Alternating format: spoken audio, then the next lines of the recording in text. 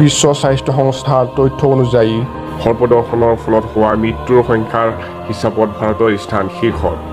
ভাৰতত প্ৰায় 236 বিধ বিভিন্ন প্ৰজাতিৰ সাপ পোৱা যায়, যাৰ বেছিখিনিয়েই অবিষাক্ত। বিষ নোখোৱা সাপে কামুৰিলে স্থানীয় ক্ষত আঘাত তথা ভয়ত বিৰত হোৱাৰ পৰিস্থিতিৰ সৃষ্টি হোৱাৰ বাহিৰে ৰোগীগৰাকীৰ বিশেষ হানি নহয়। এতিয়ালৈকে চিনাক্ত হোৱা 13 বিধ বিষাক্ত সাপৰ ভিতৰত 4 বিধ হৈছে যেনে common cobra, common krait, Russell viper আৰু স্কেল্ড ভাইপাৰে প্ৰধানত আমাৰ দেশৰ বিষাক্ত সৰ্পদংশনৰ গৰিষ্ঠ সংখ্যকৰ বাবে দায়ী। ৰোগীসকলৰ বেছি সংখ্যককে সঠিক সময়ত চিকিৎসালয় অনা নহয়। বেজ, তান্ত্ৰিক আদিৰ শৰণ লৈ চিকিৎসালয়লৈ আনোতে বহুত দেৰি কৰাৰ ফলত প্ৰকৃত চিকিৎসা আৰম্ভ কৰোঁতে বহু দেৰি হৈ যায়। ফলত বহুতো ৰোগীয়ে মৃত্যুৰ সাৱটি ল'বলগীয়া হয়।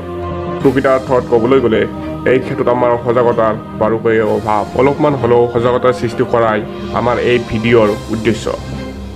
সৰ্পদংশনৰ পাছত কি কৰিব লাগে আহক জানি লওঁ। ভয়ত ব্যথিত হৈ ত্ৰাসৰ সৃষ্টি কৰাৰ পৰিৱৰ্তে সৰ্পদংশনৰ বলি খোৱা ব্যক্তিজনৰ মনোবল বৃদ্ধি কৰিবলৈ যত্ন কৰিব লাগে। তেখেতক জনাব লাগে যে বিষাক্ত সৰ্পদংশনৰো চিকিৎসা উপলব্ধ, গতিকেই মৃত্যু আসন্ন নহয় বুলি জনাই মানসিকভাৱে তেখেতক সকাহ দিবলৈ চেষ্টা কৰিব লাগে।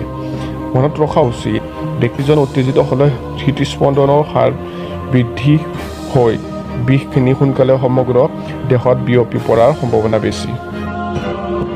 ব্যক্তিজনক দীঘলটি শুৱাই তামোল খোৱা হাত বা ভৰিখন পৰাপক্ষত হৃদযন্ত্ৰৰ অৱস্থানতকৈ তলত ৰাখিব লাগে। দেহত টানকৈ লাগি থকা বা আঠি বন্ধা কাপোৰৰ লগতে হাত, ভৰি, আঙুঠি, জোতা, খাৰু, চেন বা অন্যান্য অলংকাৰ আদিবোৰ খুলি পেলাব লাগে। স্প্লিণ্ট বা সৰু বাঁহ বা কাঠৰ টুকুৰা বা লাঠি আদিৰ সহায়ত হাত বা ভৰিখন লৰচৰ নোহোৱা কৰি ৰাখিবলৈ যত্ন কৰিব লাগে। সাপডাল বিষাক্ত হয় নে নহয় চিন্তা ভাৱনা নকৰি ৰোগীজনক ততালিকে চিকিৎসালয়লৈ নি চিকিৎসকক নিজৰ দায়িত্ব পালন কৰিবলৈ সুবিধা দিব লাগে। পৰাপক্ষত সাপডালৰ অৱয়ব, বৰণ, দৈৰ্ঘ্যতা আদি কথাবোৰ মনত ৰাখিবলৈ চেষ্টা কৰিব লাগে। চিকিৎসকক এইবোৰ তথ্যই চিকিৎসা প্ৰদানত সহায় কৰিব।